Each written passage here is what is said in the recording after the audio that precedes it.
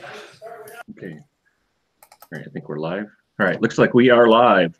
Welcome, everybody, to another edition of the Reseller Six Pack. This is episode 56, and I thought tonight we would talk about local competition, kind of our thoughts and feelings on local competition, how we deal with them, and what have you.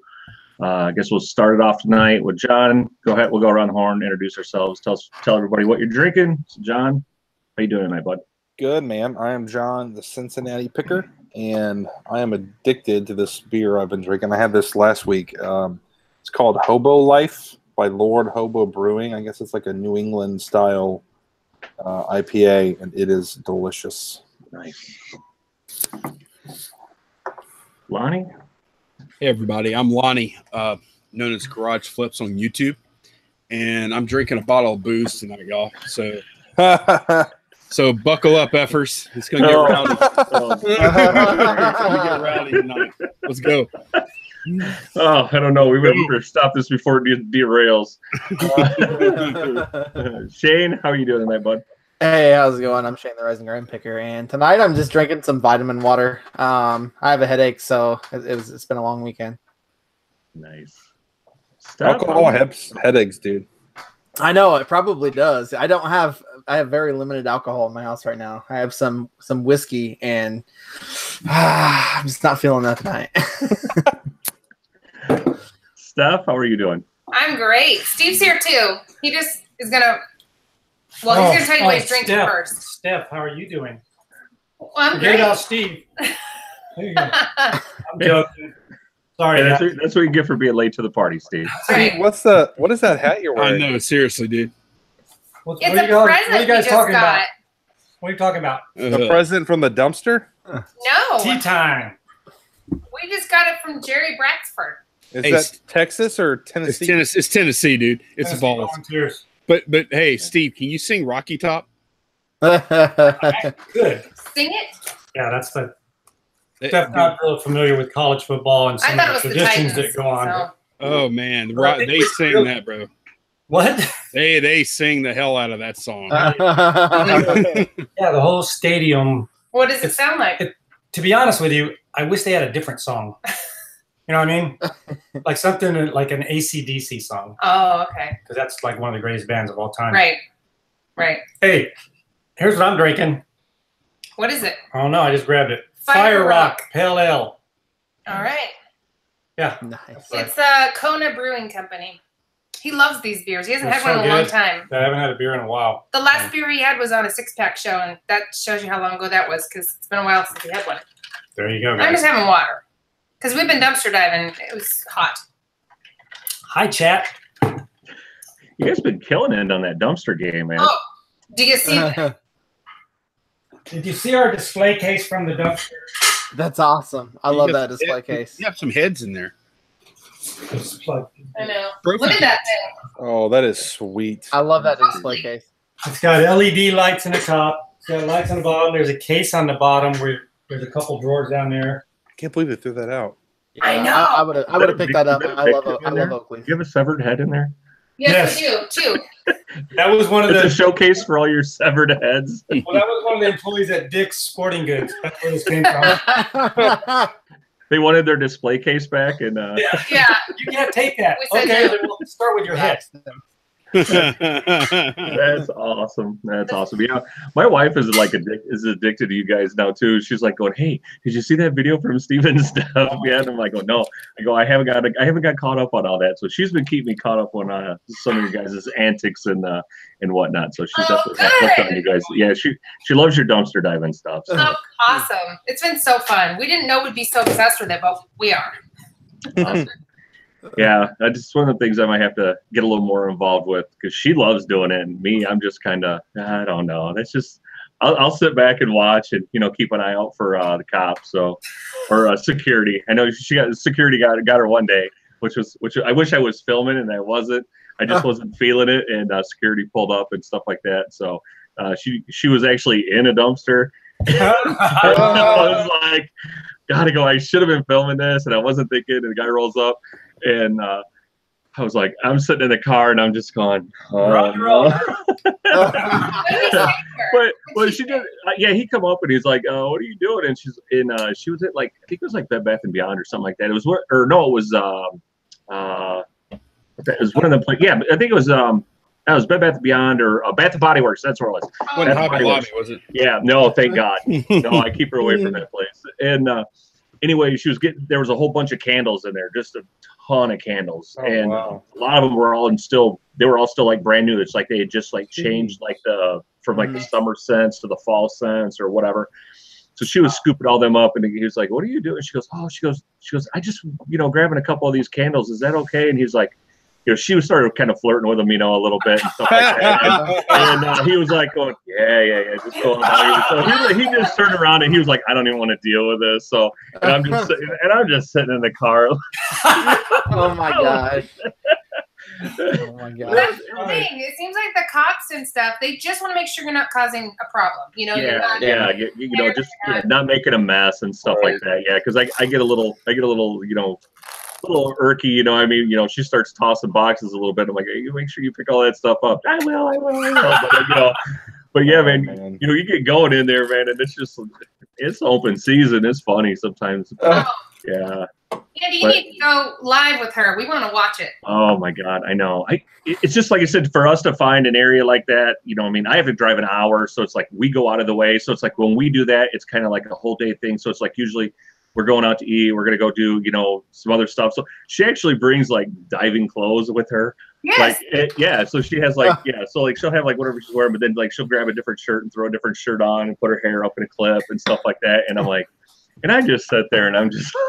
Hey, awesome. She's a professional. Yes. Yeah. I mean, it's totally into it. I mean, she's got her gear. She's got gloves in the car. She keeps a little grabber in the car. And I'm like, oh my gosh. Yeah. I got a big garbage because we have like a kind of like a hatchback. We've got an SUV, so in the back, I actually got like a big contractor bag. I keep that kind of laid down on the ground back there, so that way, in case she's got anything that's kind of leaking, or she loves going to Ulta. And last time we were at Ulta, the stuff was like souped like so bad, and I'm like, you are not putting that in my car.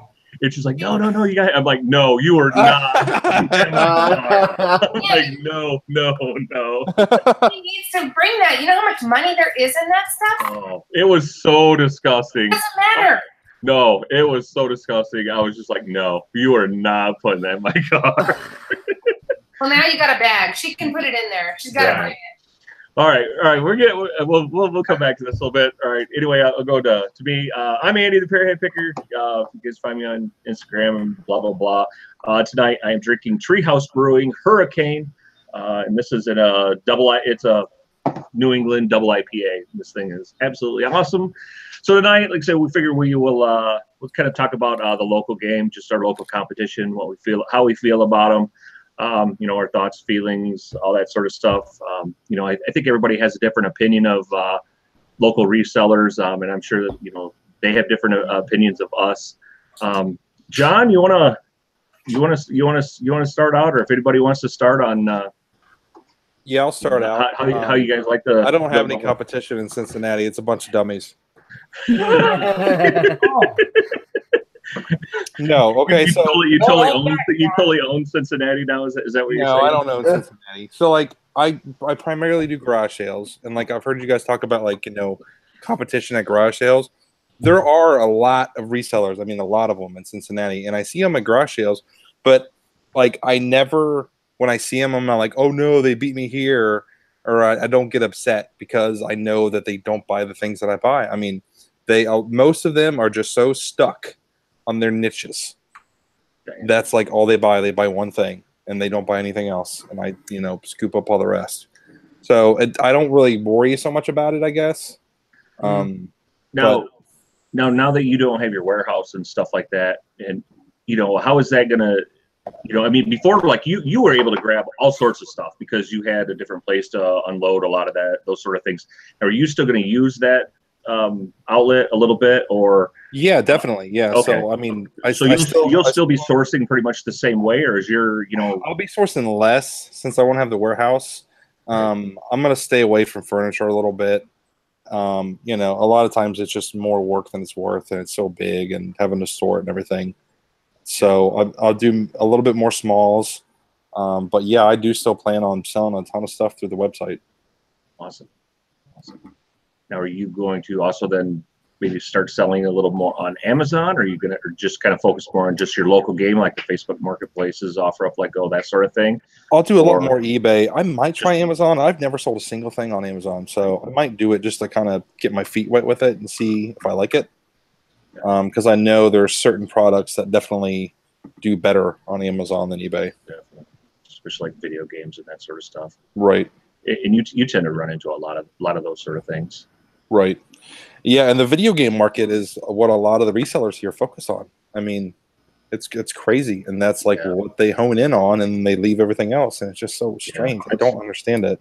That's same with my area. I mean, it's almost impossible to find video games. I lucked out so good this weekend. I mean, I found a few things, but it was because it was pouring down rain. We had a citywide garage sale about 30 minutes from where I live, and it was pouring down the whole. So I was like, even my wife, she was like, "Are we still gonna go?" I'm like, going, "Yeah, you know what? Let's just go. What the heck?" I go, "I'm off work." I go, "Let's just go." So we went up there and figured we'll just see what happens. And there was a lot of places were open, and I ended up finding an N64. I found a DS. That's awesome. That's great. I found a Move controller. And there's a guy. I mean, you guys all hear me talk about it. And I don't know if Barry's in the chat, but he always asks me about dog goggles and stuff. And this guy, he's usually out. Like on a day like that, he'd be out at 6 o'clock in the morning. I mean, he's already hitting it. He's trying to hit every house. I never even seen the guy, so I don't even think he even came out. And stuff like that. So it just happened to be that there was still a lot of people out, but not as many people looking for video games. So I was lucky. I actually did find a few things. Nothing crazy, but you know what I mean. I'll take what I can get. So for those people in the chat that have not heard the dog goggles story, can you do a quick 20-second explanation of him? Oh, so anyway, I just seen Barry just popped in too. So anyway, dog goggles. He's a video game reseller, man, and this guy is just, as far as a local guy, he goes to every garage sale. He'll beat down your door, 2-3 hours before a sale. If you put an ad in the paper, he'll be there the day before. He's actually got his foot in the door at one of the charity thrifts now, so he's there scooping up all the games, and then he puts out all the garbage and stuff like that because a lot of I have friends that are video game sellers and stuff like that. They're way more involved than I am, and some of them are collectors and stuff. They're like, yeah, dog goggles is in it, at this place here. They go, he's back to, we can't find anything there anymore because they all know that but the guy was smart though. He got his foot in the door in an area where he's getting stuff right as it's coming in, and he's taking it, and then he prices the other stuff accordingly and what have you. So, what I mean? I got to give the guy props, he found an opportunity and he took advantage of it. But yeah, I mean, this guy is he's rabid. I mean, he came to I had a garage sale at my house here a couple of weeks ago. He showed up at my house. I seen him coming up the drive, and, right away he was into my GameCubes. I had some GameCubes, just some systems there. I'd already took the controllers off of them and all that sort of stuff. And, right away, and I had them for like $10 a unit. I just wanted my money back on them. I mean, I was just going to sell the things. And he's like, well, where are the controllers for he goes, you got controllers? I'm like going, yeah. He goes, well, where are they? I go, they're in my basement. And it's like, well, why are they there? And I'm like going, because they said they're worth $30 a piece. And he's like, well, that's kind of stupid. And I'm like going, I said, I'll sell them to you. And he goes, for $10? And I'm like going, no. I said, I'll sell them to you for $20 on top of the unit prices. I said, you're going to do the same thing I'm going to do with them, bud. And I was kind of, for lack of better words, I was kind of being an asshole. I mean, we'll just call it what it was. I mean, it's just, but he's one of those guys that deserve that. I mean, in my opinion, I think the guy deserved that because he's just that sort of individual. And there's other guys, if they would have came and said, I probably would have gave him a deal on it, or it's like, hey, I got to know. Yeah, sure. I mean, I might sell you the controller for $5 or $10 or whatever. I mean, if you want it, but when it's him, I know exactly what he's going to do with it. So, I mean, I'm not going to make a special deal for another reseller that's just going to take and flip it. I mean, I'll make a deal for another reseller, but not for somebody like that. Yeah, exactly. Yeah. I mean, I have no problem working with, I've got a few different friends in my local area. I know there's one guy that's probably watching the show right now. He's reached out to me a few times. We talk back and forth, and I've told him, I say, yeah, anytime you want to go thrifting, man, let's go, or you want to do this or that, I'm more than happy to help. And that sort of stuff. I love meeting other people, and I don't look at, a lot of the people like is competition and stuff like that. You know, I work with an individual that he's a complete opposite of that. I mean, he just despises everything I stand for because he looks at that. I take food out of his kids' mouths and and that. And yeah, he's that guy. But I mean, that's how he's just, you know, he's just one of those individuals that. So I mean, and honestly, like I said, we work together. So like his goal every day, and we work in the same department. His goal every day is to be the first one out. He needs to beat me out because he wants to hit our thrift store circuit every day. Well, I don't go there every day, but he needs to go there every day, and he has to be ahead of me. Because he thinks that if he gets there first, then he's going to get the deals before me. And me, you know, I don't care. You know what I'm saying? It's like, you know, I buy completely different things than he does. I'm just in a different spot. And early on, I actually used to ask the guys like, hey, you know, I said, you know, we work the same shift. I go, you want to go here? We're off on the same days. We work the same 4-day schedule. I was like, hey, you want to take money? Doesn't want nothing to do with it. Doesn't want anything to do with me at all. And I'm like, you know, he has no idea what kind of opportunity he's missing. And the guy's good at like vintage toys and games and stuff like that. You know what I mean? Like I know those things, but I don't know the level that he knows. And so like he would be awesome for me to work with, but and I know he could reap a lot of the knowledge that I have, but he just no, he just wants nothing to do with it. And it's really frustrating.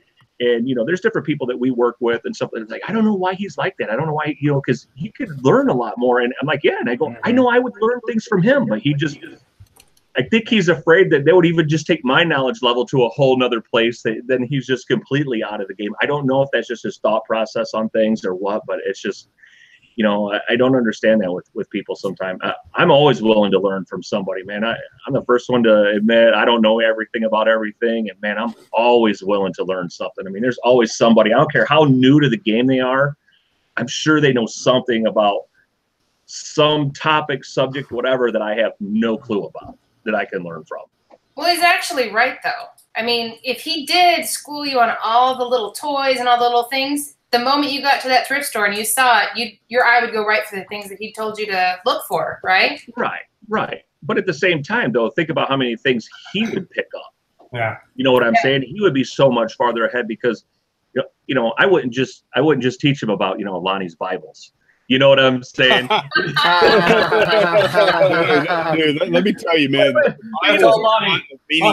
you know what I mean? You know, I mean, I would just, because we would just talk and it'd be like, you know, wherever we were at, you know, whether it be a garage sale or a thrift or whatever, like, oh, dude, yeah, you know, these are great. You know, or hey, do you want this? You know, I mean, you might want to keep your eye out for these, or hey, you know, I don't want this. You know what I mean? But this is something that maybe you sell. You know, it's kind of like when Brian Nogren Picker and I we would, you know. Brian does a lot of sporting goods and a lot of other sorts of things. So, I mean, even though we sell clothes and we sell similar items, it was like I was picking things off the rack and he was picking things off the rack, and we were both like throwing things at each other. He's like, hey, he goes, this is a really cool item, but I really don't want, but this may be something more that you might want to sell. Yeah. You know, I mean, you know, and he even brought me over like a couple Harley helmets. Like, and when he goes, hey, he goes, I found these. He goes, do you want these? Well, we found out they weren't actually Harley helmets. Somebody actually put a decal on, but it was the same thing. As the thing is he actually brought those to me, and he's like, hey, he goes, this, I know you sell a lot of this stuff. Do you want these items?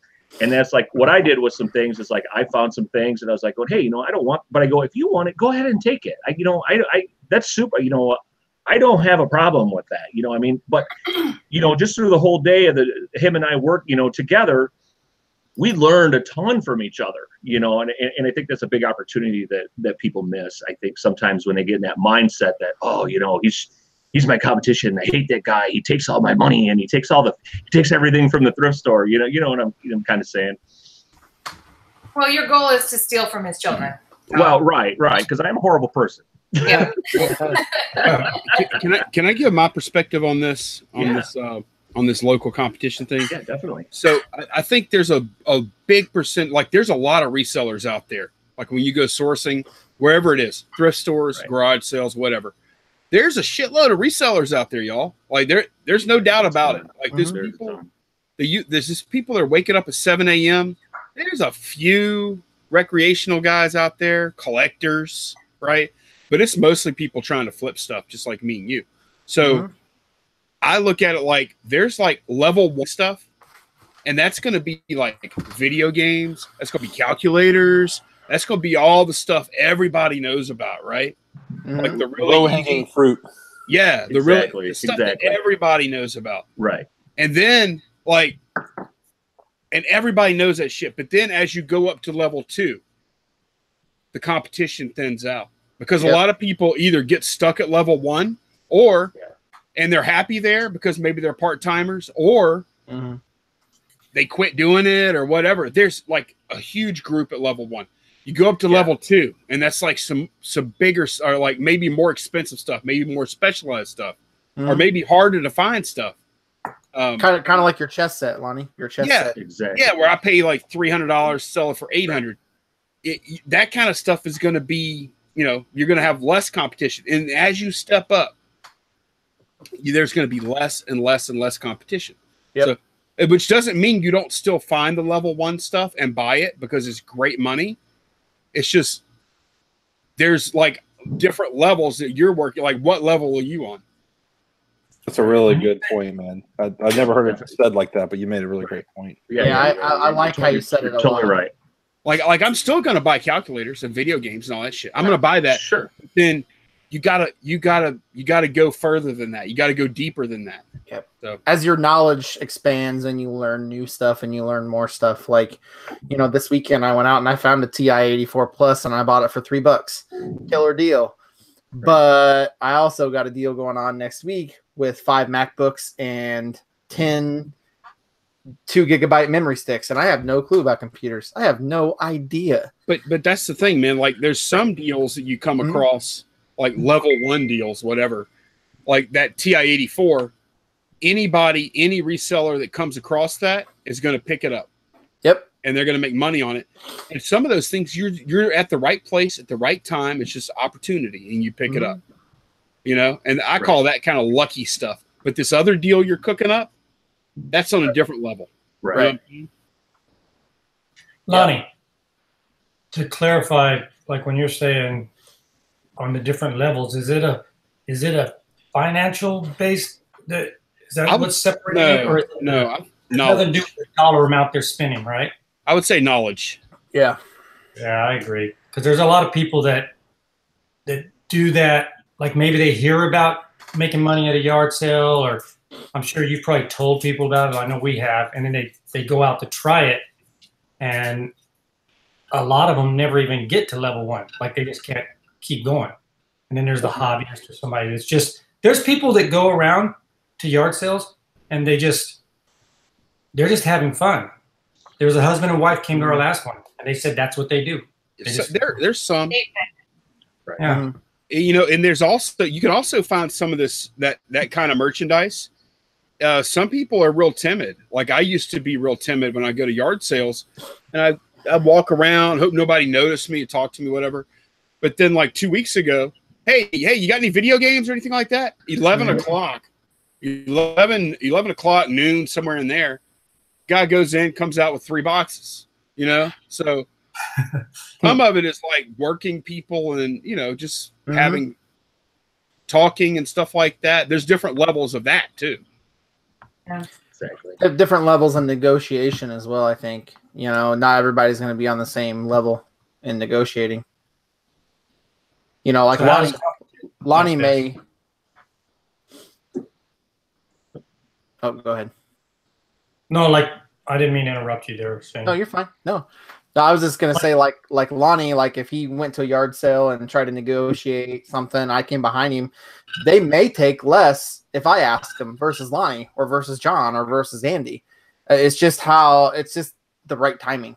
It which kind of piggybacks on what Lonnie was saying. That's true. I would sell to Shane cheaper. He looks like a badass with these tats. That's what you mean.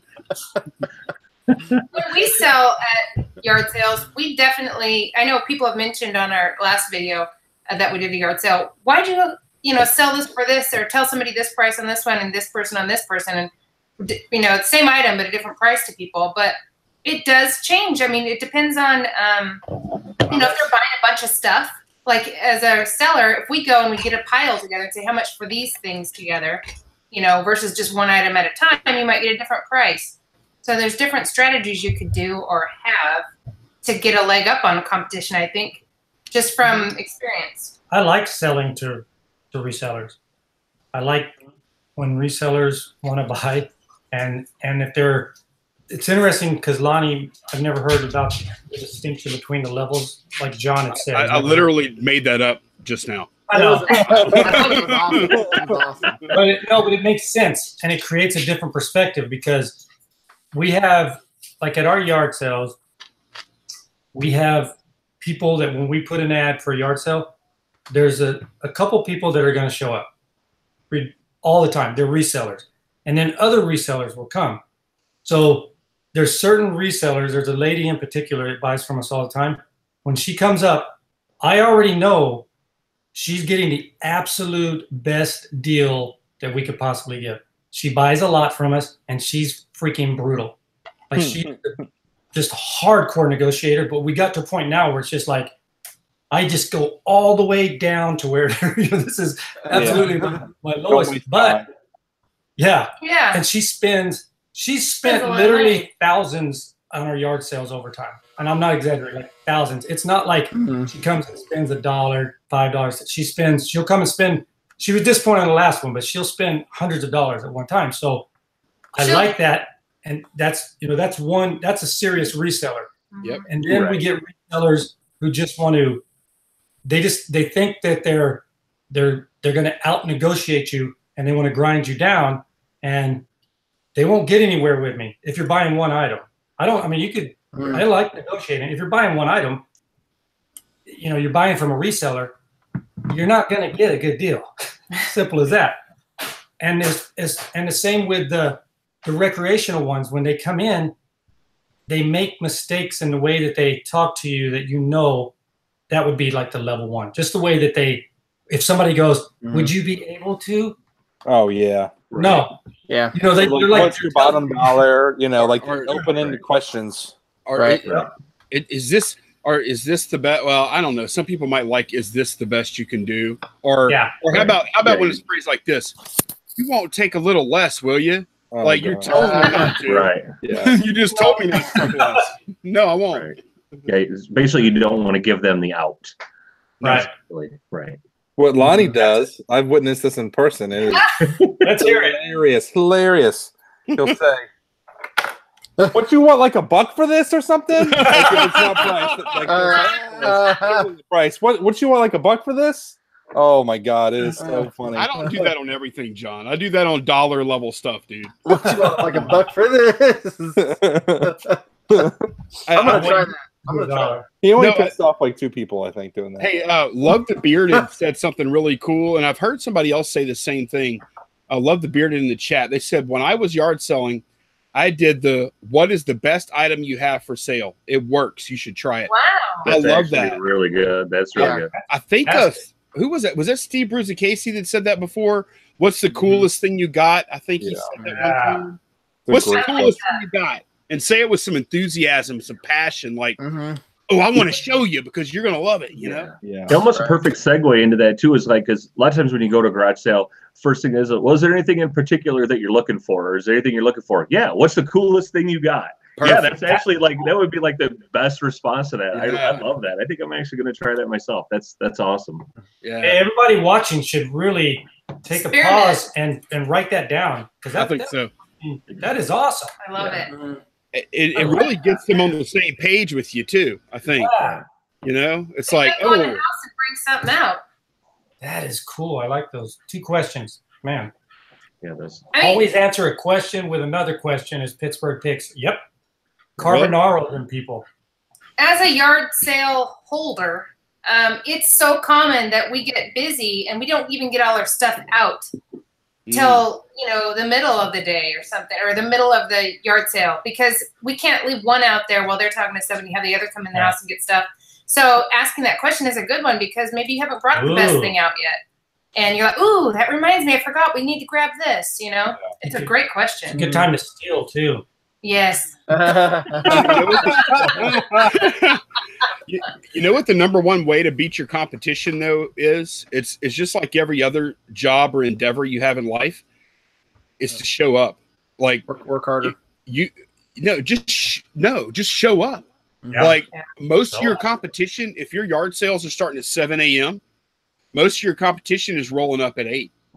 Yeah. Okay. You're going to find your best shit from 7 to 9. Right. So don't be that guy. I'm that guy sometimes. I'm preaching to the choir, but don't be the guy that's like rolling out, got to go to the ATM, got to go fill up with gas. Oh, got to grab a biscuit. I'm hungry. All this stuff, right?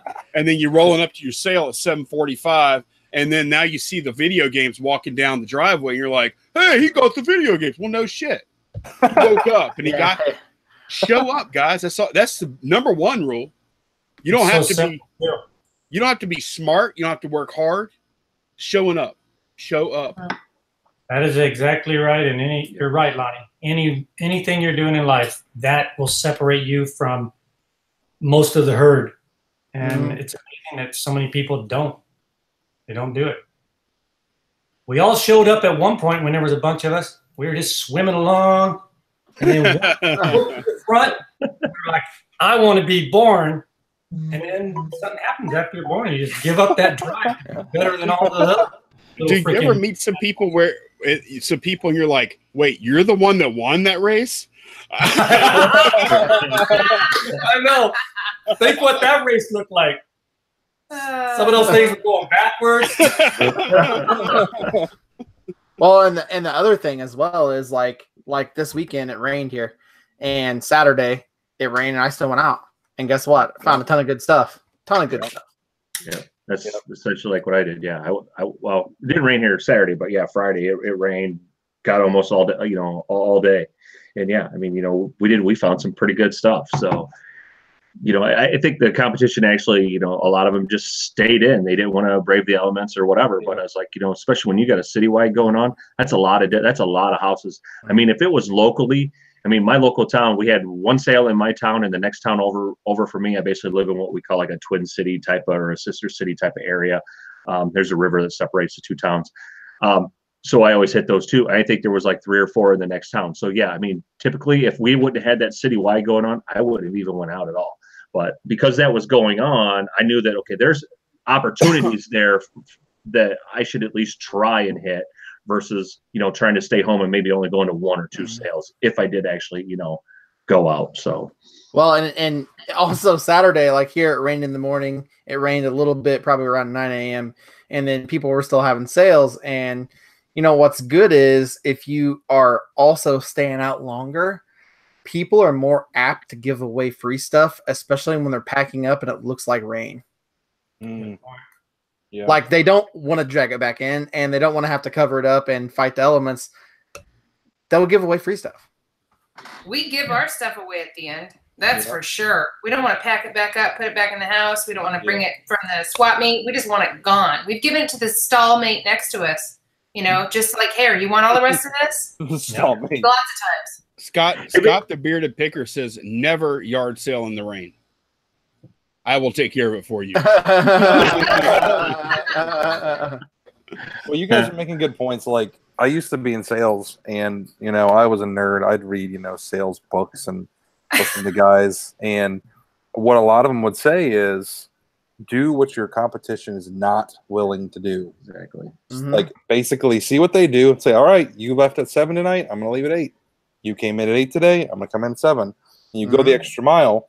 So if they're not willing to ship big items, they don't want to mess with the high-end stuff, you do that. They don't want to go in the rain, that's what you do. And then that's how you'll always beat them out.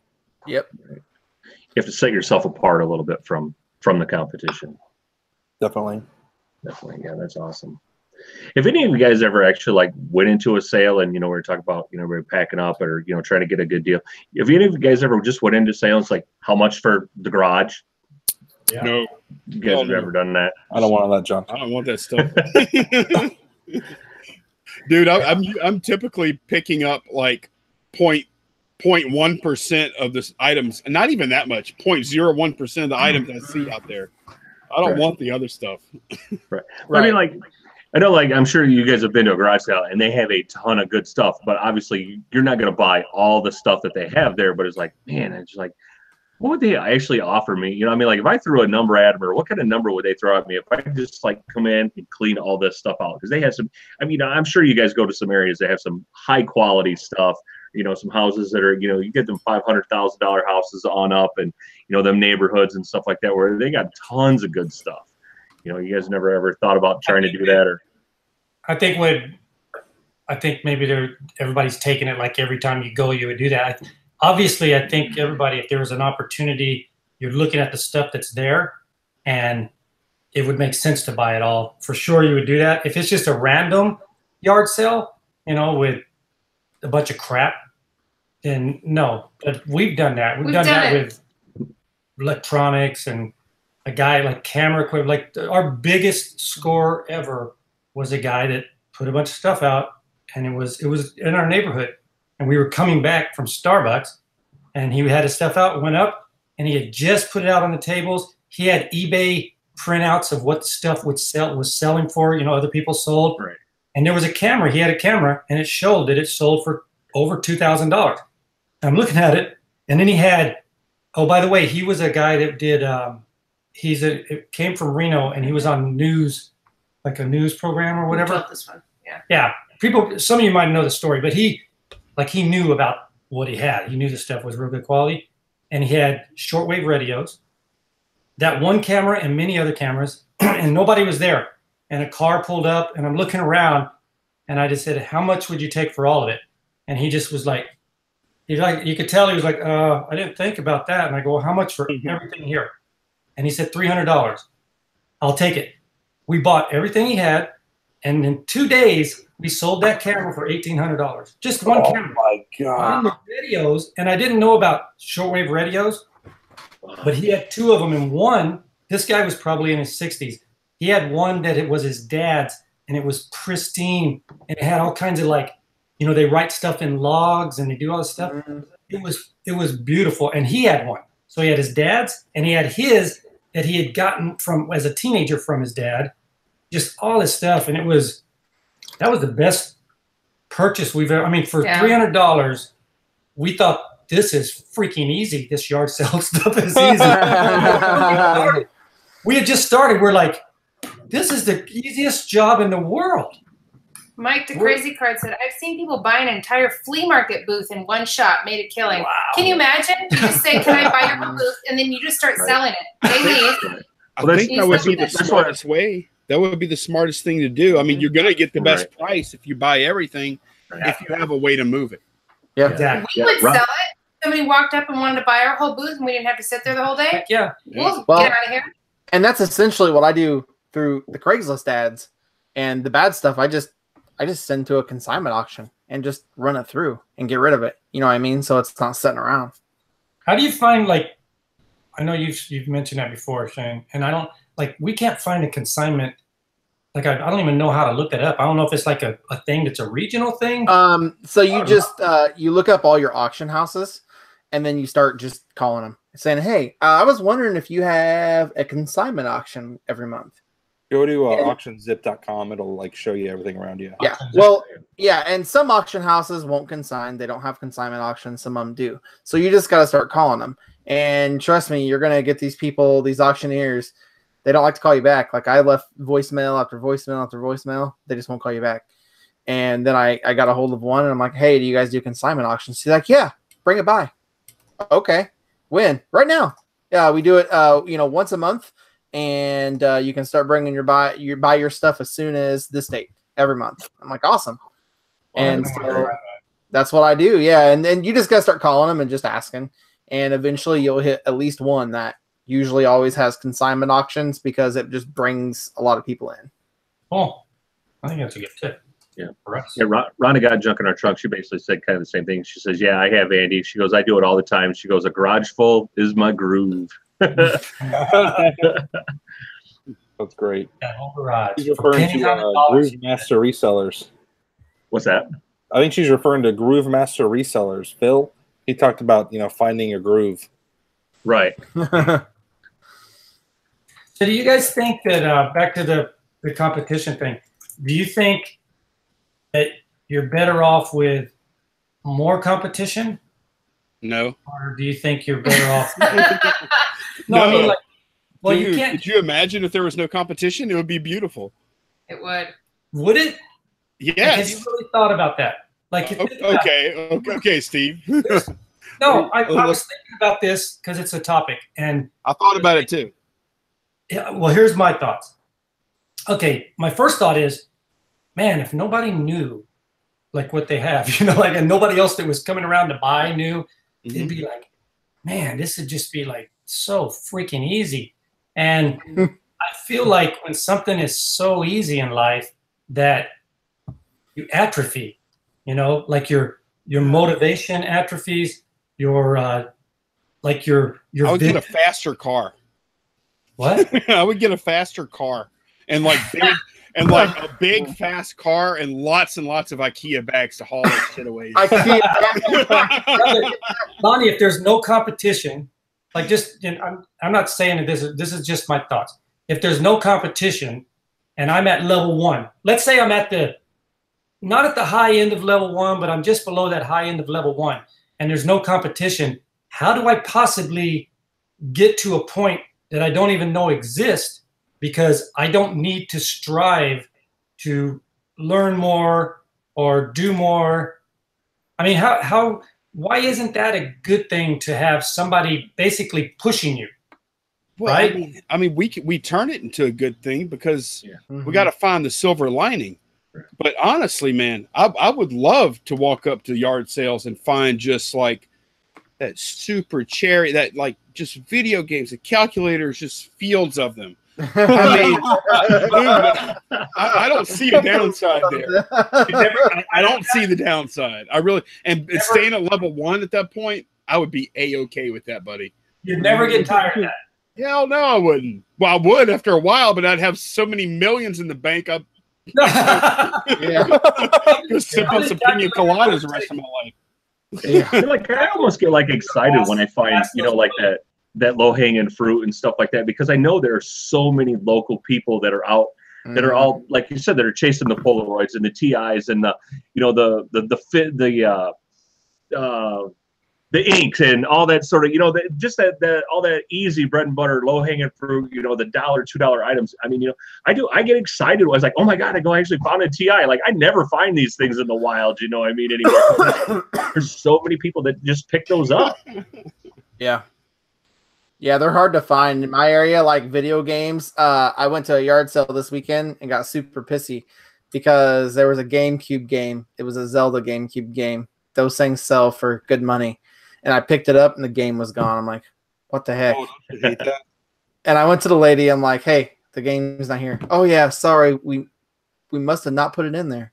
Do you have it? Yeah. Do you have it? I'll buy it now. You throw the case at her? Yeah, dude. I'm like, yeah, take this thing. You look so mad, man. That's a huge mistake.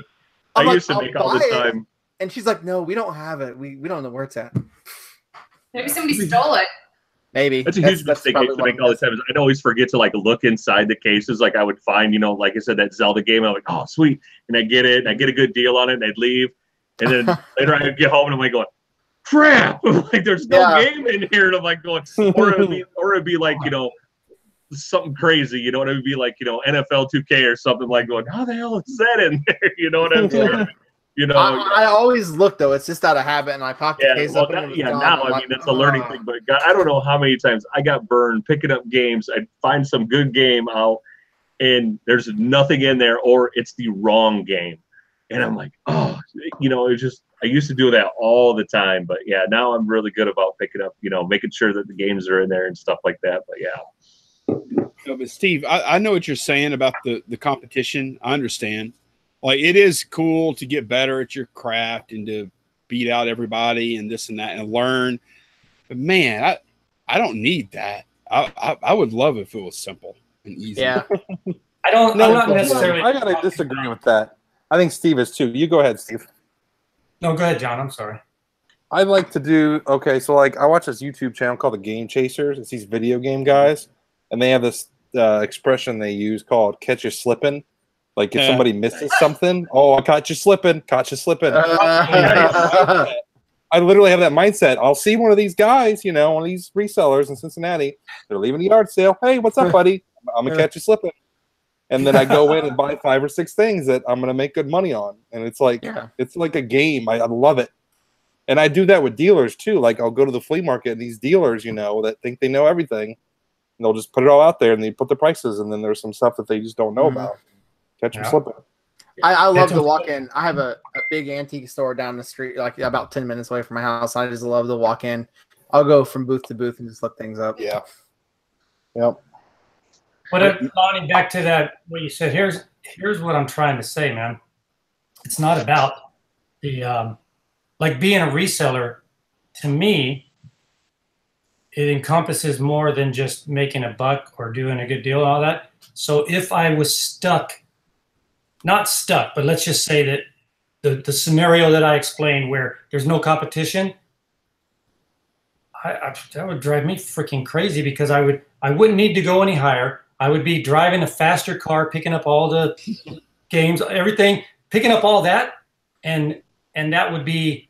Sounds like heaven. Look at it, I'd be like, okay. Sounds like heaven. But would there be yard sales if you're the only one hitting them? I'd be fine with it.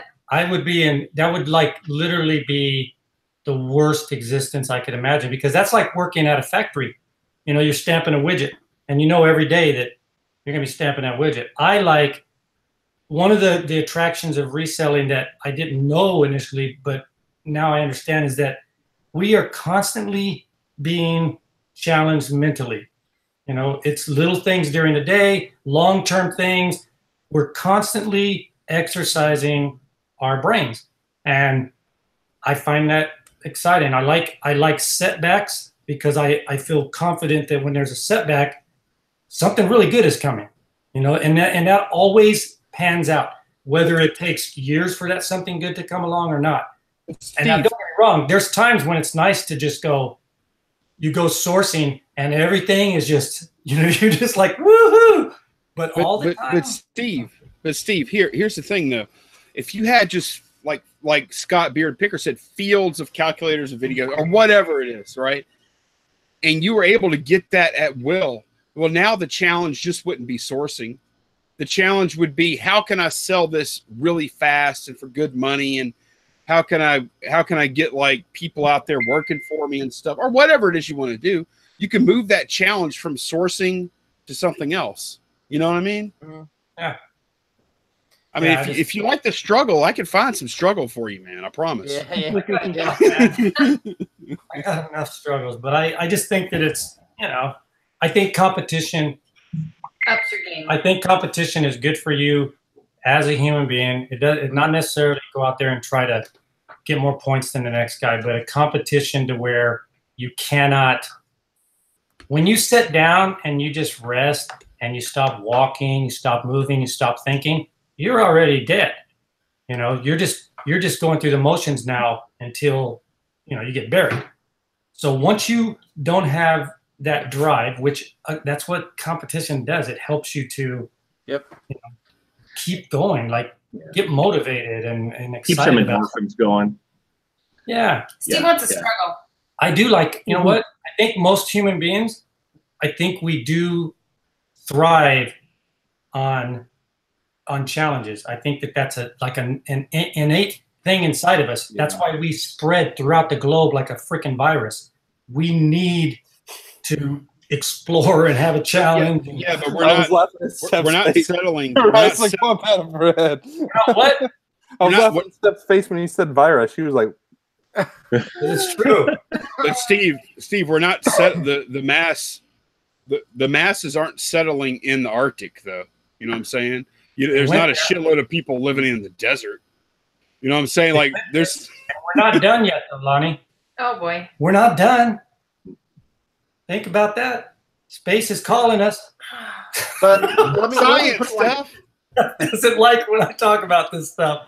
But hey, I have no problems with somebody finding a situation that it's comfortable and they're able to just, hey, this is working for me, and maybe they get challenged and stimulated in another aspect of their life. I just wanted to bring up the thing is about competition. That could be a good thing. And I don't think, even if you lose, like if somebody is kicking your butt, right? And hey, I want to do this. and you're doing well, and then some guy comes along and he's just beating the crap out of you. Maybe that leads you to another road. Maybe there's a fork in the road and this guy beats you so bad that you go this way, and it turns out to be the best beating you've ever had. It changes your life in ways you never imagined. So I welcome competition. I think it's a wonderful thing. Cheers. I'm kind of the same way. Like, I like competition because it makes me work harder, and it makes me want to work harder. Now the thing is, I've seen a couple people saying I don't have competition in my area. Oh no, you do. You just don't know who they are, because the people that's not reselling will pay top dollar for stuff because they don't care. They're not going to resell it. That's your competition. Go to an auction. If no one's bidding against you, you can buy everything. I guarantee you there's people bidding against you, and they will bid you up, and they're willing to pay retail prices because they don't care. They're going to buy it for personal use. But just to be clear, I like competition. I thrive. I'm a very competitive person. I've got a fantasy football trophy back here I'd love to show. Oh, my God. Oh, my God. I'm an extremely... How do you manage to work that in Now you're satisfied. show? It doesn't matter. Someone's going to have to be this I'm year, extremely competitive. I love I thrive in a competitive environment. I love it. I want to beat you. You didn't thrive in So- Tennessee, brother. I'm just saying. All right. Lonnie, all right, I know you're really competitive, and I know you love Glenn. You guys are buddies. How do you really feel when you're rolling down the street and you pull up to some sale or a big thing, and there's Glenn's truck? I don't know. I'm like, I just roll. I go, hey, Glenn, what's up, man? And then you see Glenn walking out with all kinds of stuff. And that's fine. I'm good with that. You're all cool with that. Yeah, absolutely, man. Absolutely. But I mean, if there's just piles of dollar bills on the ground, I would be totally cool with getting a big old shovel and loading them in the car too. You know what I mean? Like, I'm picturing a merch shirt of you with a shovel, like, you know. Oh, I'm tired of. Oh, this is so easy, just shoveling these $100 bills into the trunk. I'm so sick of this. Shuffling these $100 bills. You know, I mean, I don't throwing all these Bibles in my car because I'm going to resell them. Oh no! Dude, I need new shocks. I got all these Bibles. I wore my shocks out. All these video games and Bibles and old computer stuff. I just can't carry it anymore. That's awesome. But yeah, I mean, I enjoy competition, but it's because we have to. Yeah. I like easy, man. I like easy. I really do. I think the competition in general just makes us better all our way around, though. Yeah. But I think Lonnie explained it well. You have so many level 1 people out there. Exactly. They're not willing to go farther. Like, they're not willing to push themselves farther above level 1. And there's people like that out there. And that's where the really good resellers, you know, that's where we come in and make our money at. You think a lot of the level 1 resellers stay at level 1 because they just don't have the bankroll to go to level 2? I think it's a lot of things. It could be the bankroll. It could be time. It could be that they just don't have the space to store stuff. It could be a lot of things, but I think those are probably like the 3 most prevalent, I think. Or a lot of them come in. I think a lot of them come in at level 1. They do level 1 things, and then they quit before they ever make it to the next level. Because the level 1 stuff ain't out there a lot of times. No. They're looking for that, and then when they don't find it, you know, there's a lot of resellers that come and go. You know, there's a lot of people that sell on eBay come and go. The Saint says, who sets these levels? Yeah, I don't know, but we just made this shit up tonight, dude. Come on, work with us here. Work with us, huh? I'll tell you what, the Saint will set those levels. Yeah. We'll let you set. You'll be the level setter for us tonight. Yeah. Like Dwayne Mothership Product said, he goes, yeah, they start to realize how much work there actually is. Yeah, a lot of people think the whole reselling game is easy. Oh, you just pick something up, throw it up on eBay, and you're good to go. Well, there's so much more that goes on with that people don't realize. I mean, I'm just going to throw this out there. Like, I'm putting out these Amazon videos about books and stuff like that, and people are like, that looks super easy. Guess what? It's not. It is. I'll be honest with you. Amazon is the hardest work I've ever done in reselling. Ever. Was it not worth it? Books wise. Oh, totally worth it. It's just a lot of hard work. You know, you're scanning books, you're shipping, you know, you have 30, 40 pound shipments, you have to prep, and that's a lot of bulk prepping. That's a lot of work. Like, it's a ton of work. The only hardest part, staying awake. Yeah. Staying awake. Yes. It's so boring. You know, you fall asleep in the thrift store, on the floor. I mean, like, dude, it sounds all like sorts of stuff. Boop, boop, boop.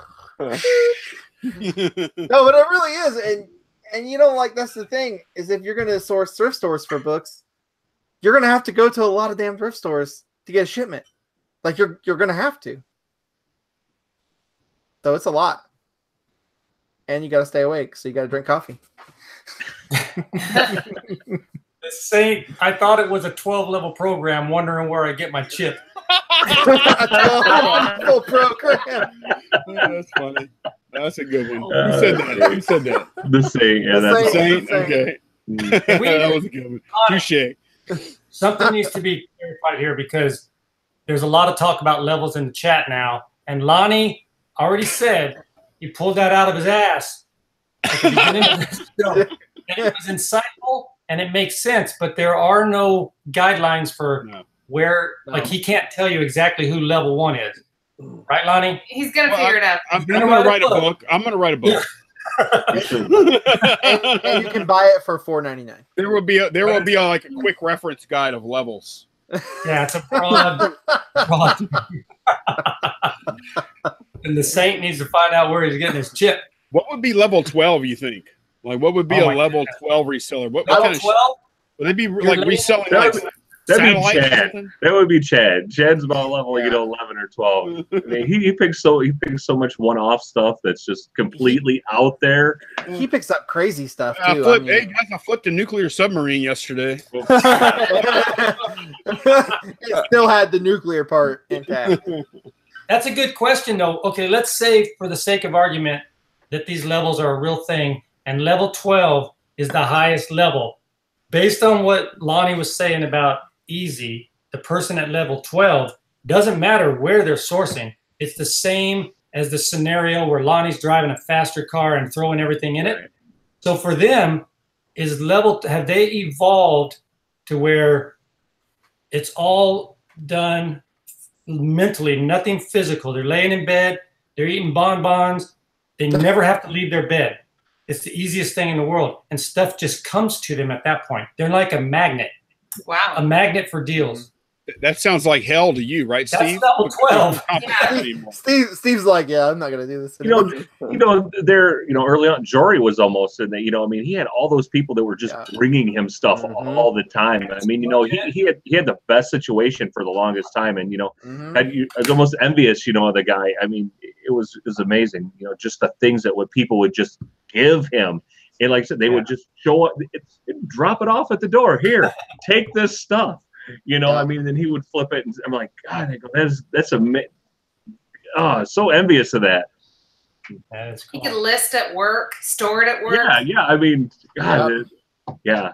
I mean, that guy was he was just on a level that, never getting to. You know what I'm saying? Groovemaster Reseller says you get the bonbons at level 10. You get the bonbons. So what do you get, like snowballs or ding dongs at level 12 or something? Is this like the Boy Scouts where we get patches and shit now? We get merit badges. Lonnie earned his Bible merit badge. Reseller Scouts. Who wants to join? Who wants to join the troop? Huh? I think John. I see John post something in the chat. I think you should definitely do the merch shirt, level 1 reseller. I think that would do well. I got to kick out of that. Merch account. So maybe Steve and Steph can make that shirt. You guys have merch, right? We don't have it. You don't have merch?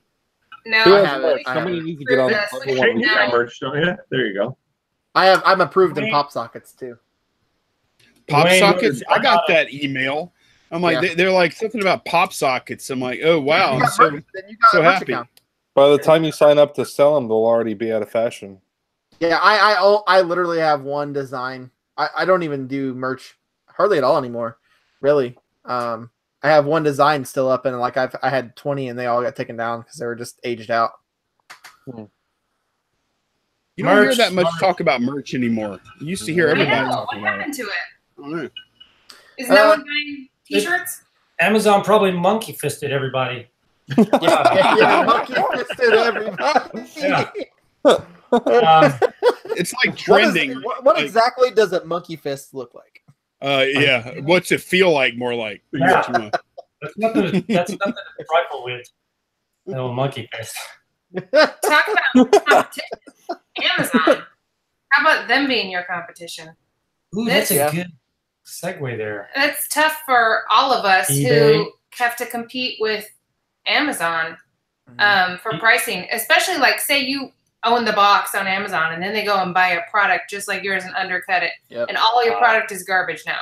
Right. Yeah. Well, and that's the thing is when you sell books on Amazon, guess what? Amazon sells on their own freaking platform, and they sell tons of books.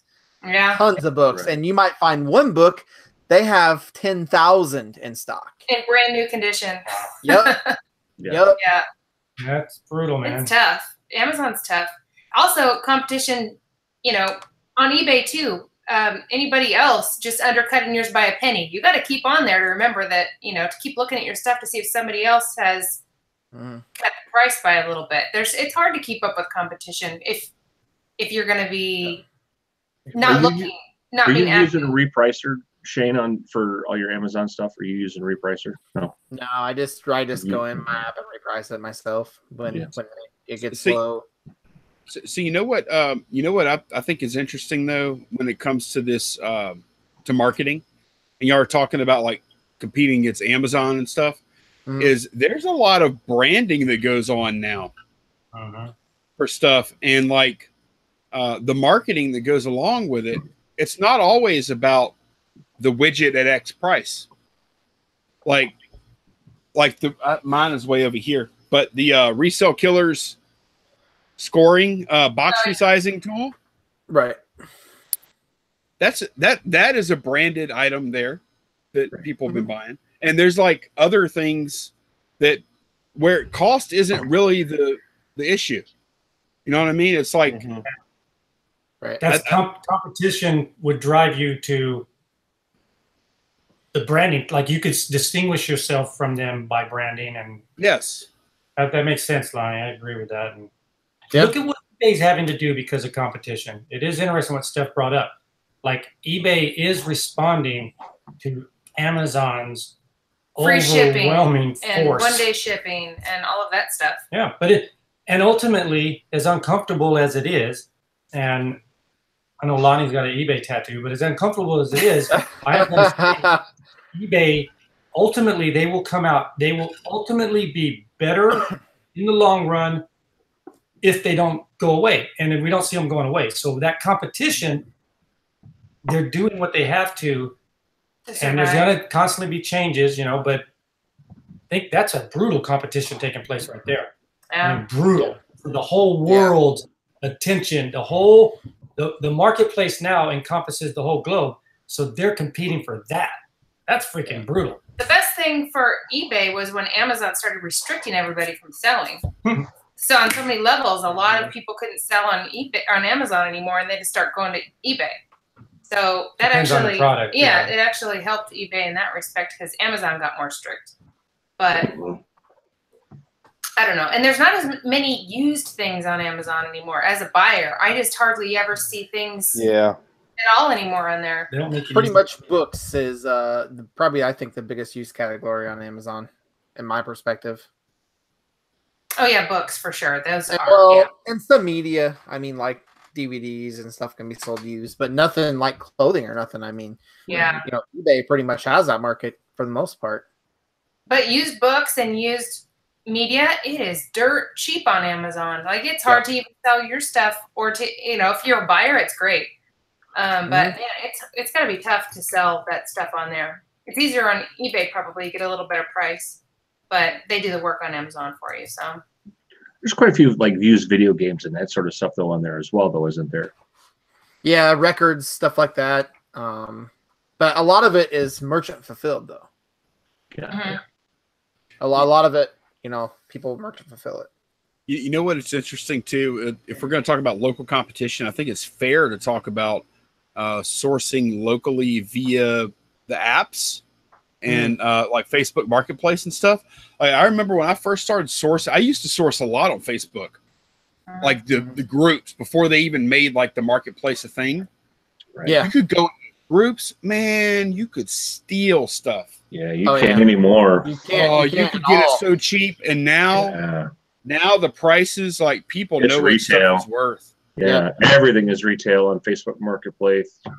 Even in the groups, it's that way now. Even in the groups, It's good on the sales side though. Like if you're selling stuff, it's good. But if you're trying to source there, it's not. I'm not going to say it's impossible. You can source there, but it's more difficult than it used to be. It used to be really hard to sell, but it was great to buy there and then sell on eBay. right? Now you could damn near buy on eBay and sell on Facebook Marketplace. Oh yeah, You know? oh yeah, yeah. One But you know, place- it's. Oh, go ahead. Sorry. Okay, I was just saying go with that. But one place that actually is kind of turned around as a good place to source from is Craigslist right now, because nobody's looking at it. You can find some better deals right now than you could, and older people are on there. The people living under rocks who don't know about the other apps are still selling on Craigslist. Yeah. Nobody's there. Nobody's buying from them, so you can get good stuff on there right now. I Keep an eye mean, out. here's the thing: is I'll go through I haven't ran any ads on Craigslist for like a month and a half. I started running my ads again 3 nights ago. I have one deal I'm doing tomorrow with all the computer stuff. One deal that I'm hopefully getting ready to do later in the week, and then the guy has a bunch of vintage CB equipment, all that stuff, and it's all from You ads. want to buy ads or Yeah. I post out ads on Craigslist saying, "Hey, I'll buy your stuff." Hey, I just thought of something. Craig Murray says, I bought something from a location-specific Facebook group and then listed it in the marketplace and made $200. I've got a great new course. I've got a fantastic new course. It's called Facebook Marketplace to Bucks. Facebook. Wait. Hear me out, because I think it's brilliant. It's called Facebook Marketplace Arbitrage. So what you do is you find somebody selling something too cheap, and then you advertise that same product. But first you tell them you're going to buy it. You say, hey, I'm going to buy it. Take this down. And they said, okay, I can't meet until Monday though. All right, that's cool. And then you advertise that product and sell it to somebody else. But then after you sell it, you get person A and person B, you arrange a meetup. Yeah. This is Facebook Marketplace drop shipping. Yes. Oh my Yeah, you God. drop ship it. Yeah, very, very good. Lonnie, if you can So what level of reselling is this? Is this like 8, 9? if you can successfully do it one time, I'll make you a trophy, and I will mail it to you. That's hilarious. But I wonder what that would look like.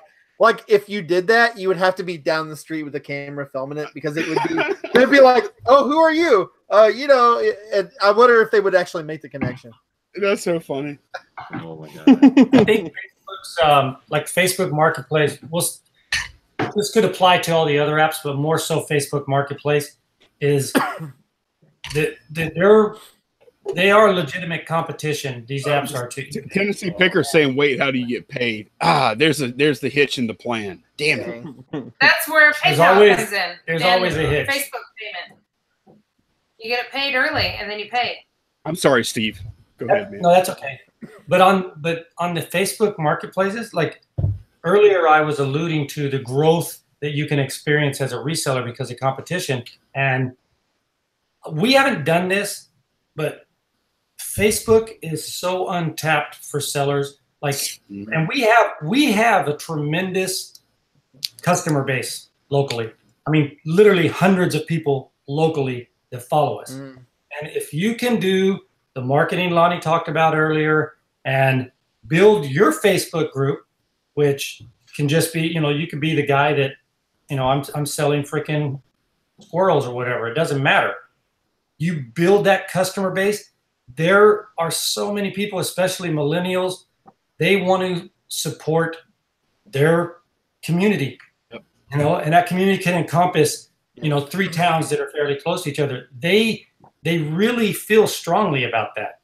They feel more comfortable buying from somebody you know, going and meeting them and buying something.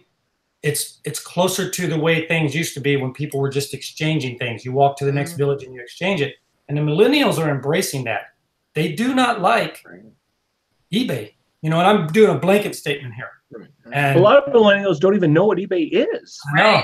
That's why eBay's marketing this. They're going to really start hammering them. But there's a huge opportunity for the motivated resellers, people in this chat. You can start your own thing in your community, and the population is almost irrelevant. It does have an impact, but I talked to a guy, Steph and I talked to a guy at the ASD show last year.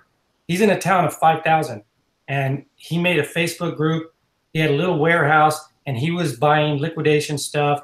And his Facebook group, he got everybody on that Facebook group. And whenever he had stuff coming in, he would post it on Facebook, and they would be at the warehouse waiting.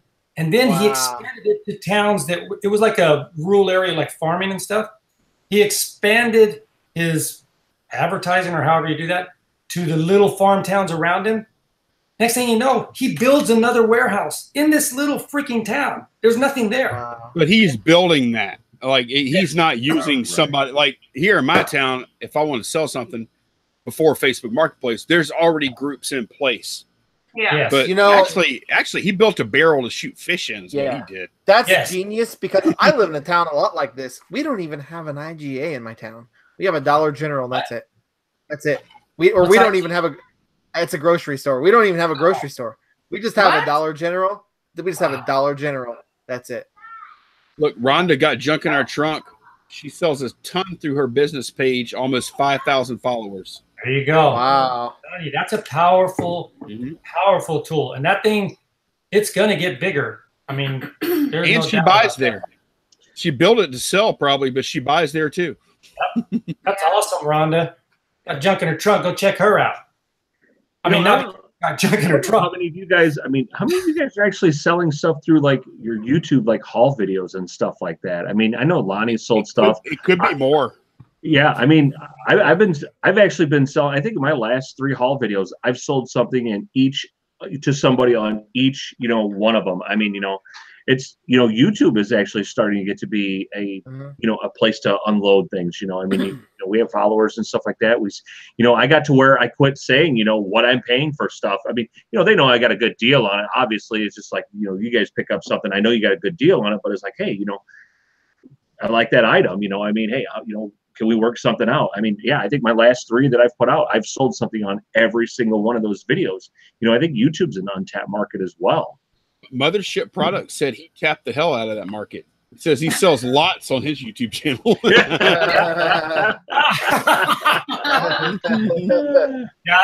mean, the thing with YouTube though is, like, tonight I could say something and they'll freaking kick you off the YouTube thing there, Paradise Picker. Yeah.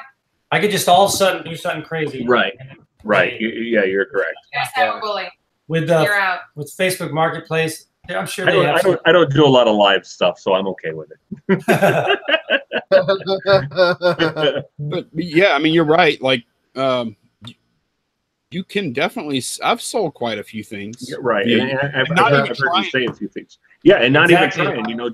Just showing some of the cool stuff that you've picked up and what have you. And somebody's like going, hey, I've sold a ton of bubble mailers through YouTube.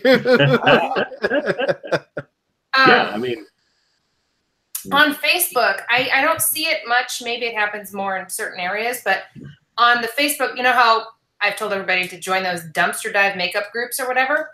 Mhm. So you join the dumpster dive makeup groups, but what I see all the time in these groups are like auctions or whatever, basically, where they're live, doing a live Facebook, and they're just saying, I have this makeup. Who wants this? And then the people say how much they want it for. And whoever the highest bidder is, they're getting it. She's shipping out, all these items. It's all the time on there.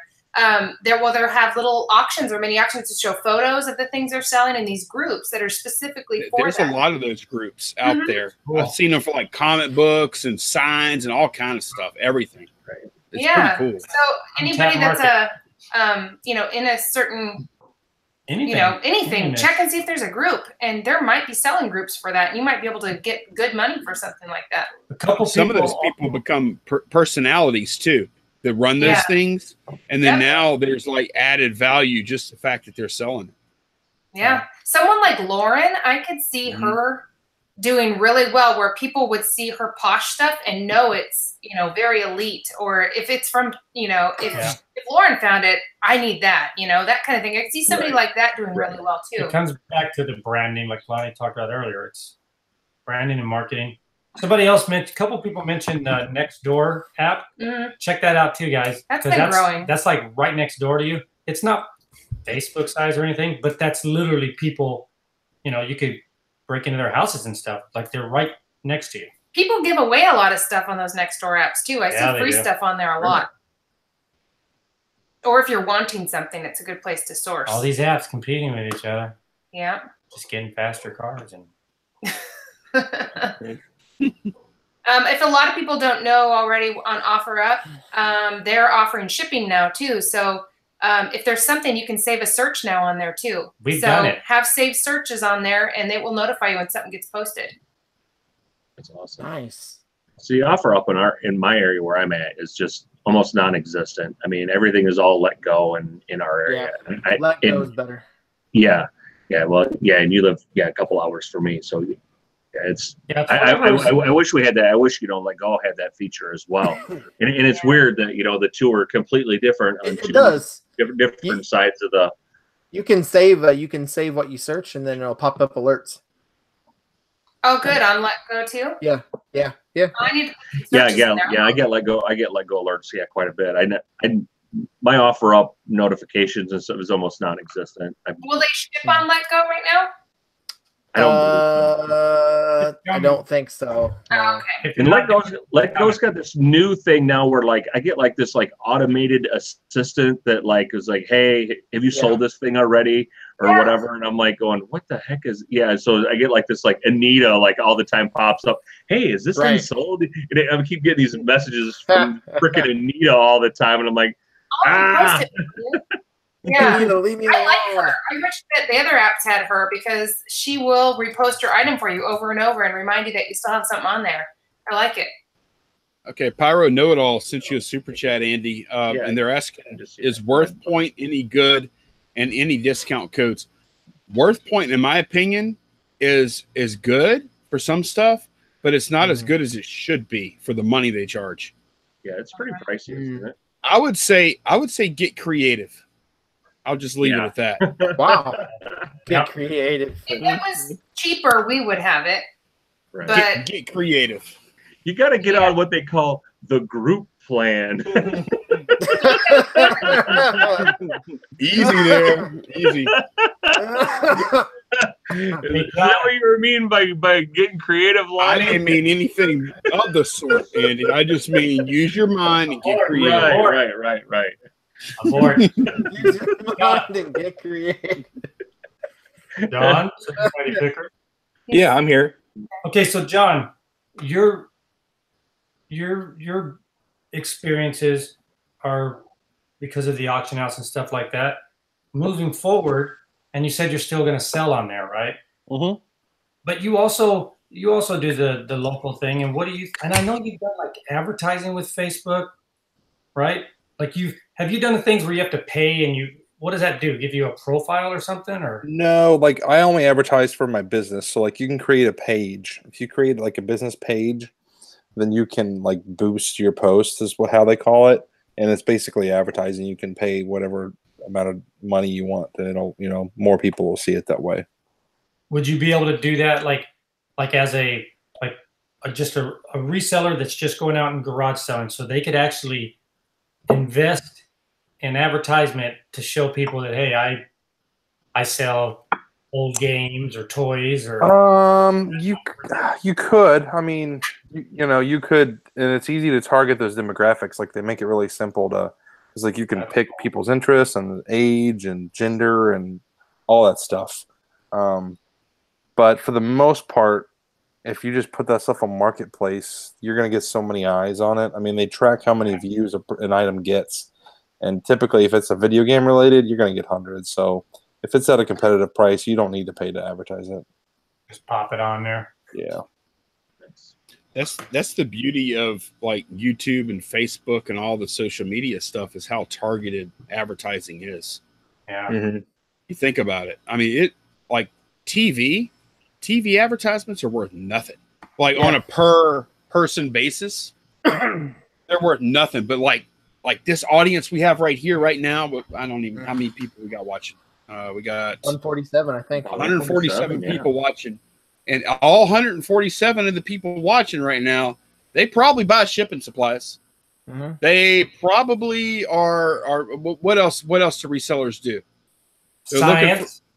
looking for science. They're probably using science at some point. Yeah. But I mean, they're probably there's probably like Worth Point might want to advertise here. Yeah. And I mean, all these different things are Alcohol. yeah, alcohol. There you go. Paid, I mean, it's paid like- courses, paid reselling courses. This well, you're joking, but I have YouTube Red or Premium or whatever it's called now.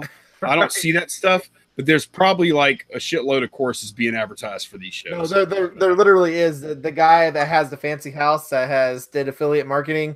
I've seen that course Ty like Lopez? 5 million. Yeah, 5 million or Kai. What's over that? and over and over and over and over. Kalakanai. Yeah, that guy. Yeah. Oh, that guy. Yeah. Over and over and over and over. Knowledge, books, knowledge, Lamborghinis. I like Lamborghinis. I never seen Brewmaster one. said you could probably get a good price on newspaper ads. If you can find a newspaper, yeah. Newspaper.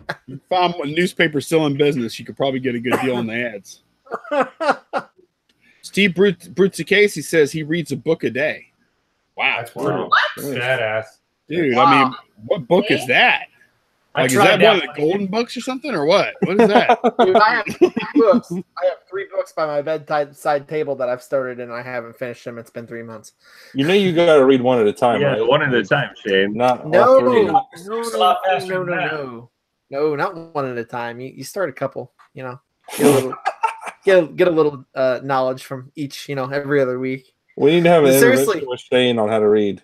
I'll be honest with you though, the best book I've ever read in my life, completely changed my outlook, is and I've said this before, is How to Win Friends and Influence People by That Dale Dale Carnegie book? I read it. I read it once a year.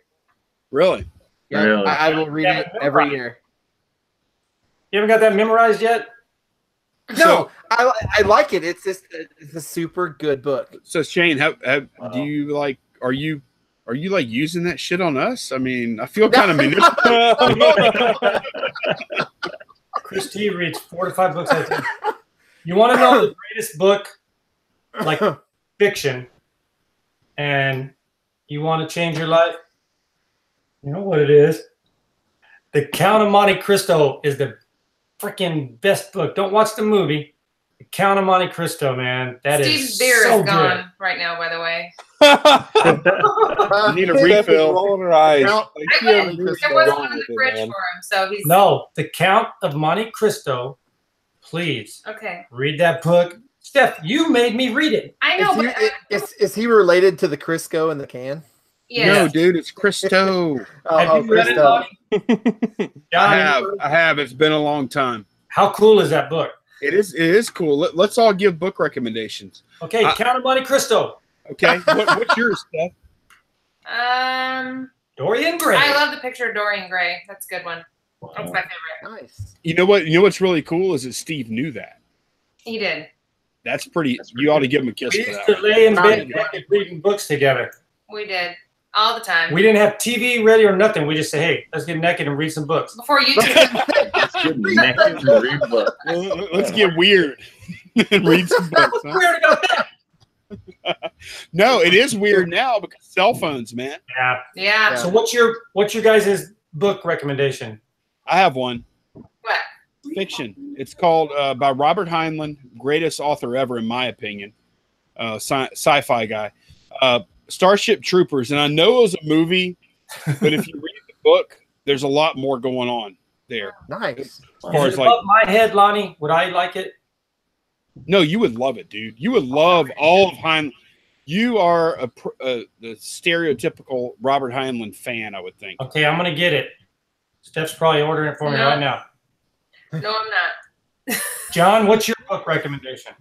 I like one called Raving Fans. It's actually about like customer service and just, having customers that, rave about you and, sing your praises. But it can be applied to a lot of different things. Cool. Raving fan. Green Thrifty Life said books are almost always better than the movies. Oh, yeah. And I've seen some movies lately that are as good as the books, but I don't think that means the books weren't that great. That's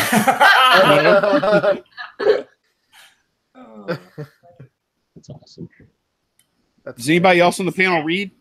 Andy, give us a book. There's a book called like one that I've read like probably several times, and it's pretty inspirational and stuff like that, is Rocky Blyer's Fighting Back. It's about Rocky Blyer, the former Pittsburgh Steeler. Yes. Running back. They actually made it into a movie and stuff like that, but it's a really, really good book. Kind of like Brian's song in a way. Yeah, essentially, yeah, it's a true story. Mike the Crazy Card said, "You ever notice an abundance of self-help books and lost in storage auctions?" It's true. That's weird. That's weird. They read all those books and then they couldn't afford to. They were so good. Those books are so awesome. You couldn't even afford to pay for the freaking storage bill. People love self-help books. Like, they are at yard sales. People buy them. They don't read them. Next time you see one, ask the person about it. Quiz them. I'll bet you they can't tell you. How many times do you find them sealed? Yeah, exactly. Little voice mastery.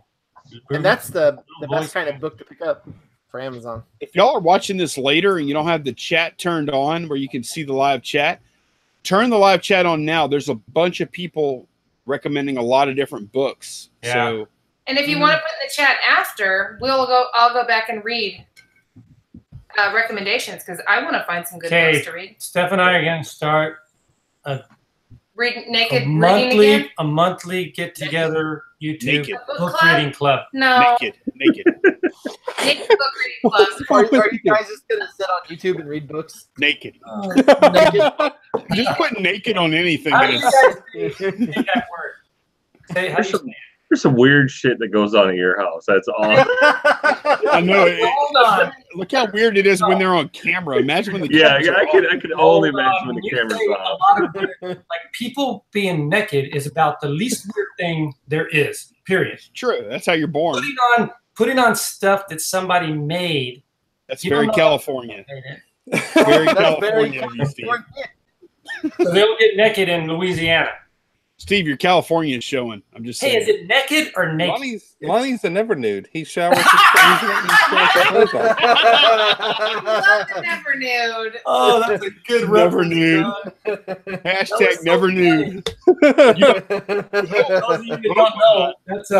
That's an Arrested Development. The best. You got to watch that show. You're like, Swamp Picker sold 2 hats. Drink up. Awesome. Nice, Glenn. Good job, buddy. Good sales. Did you guys read Steve Brew? I can't pronounce his last name. Bruce Casey. Yeah, Bruce Casey. Yeah, Naked Reader Level 12. I've done a lot of reading naked. I used to sleep naked all the time. I don't need now that I'm older. I did it. Now I wear just like a pair of tidy whities. Long John. It's about that time, guys. The show's been going. It ain't your channel tonight, buddy. Not your channel. Abort. But no, I mean, seriously, now I sleep in tidy whities. But when I was younger, I slept naked. And I would read. So reading, I did a lot of hours of reading naked. So I can't say anything. Okay. Lonnie. It's natural, Lonnie. Oh, boy. You buy, you know what? When you sleep naked, you buy more expensive sheets. I'll tell you that much. Oh my God. Yeah, but like, you're just like, you're laying there and you just got, because there's pressure in the atmosphere and you can feel it over every inch of your body. And you're just like, you got your legs all spread out. You're just like, I love the one thing that would make it better. Hey, Steve, I want you later on to rewatch this and look at the way Steph was looking at you 2 seconds ago. He knows the book.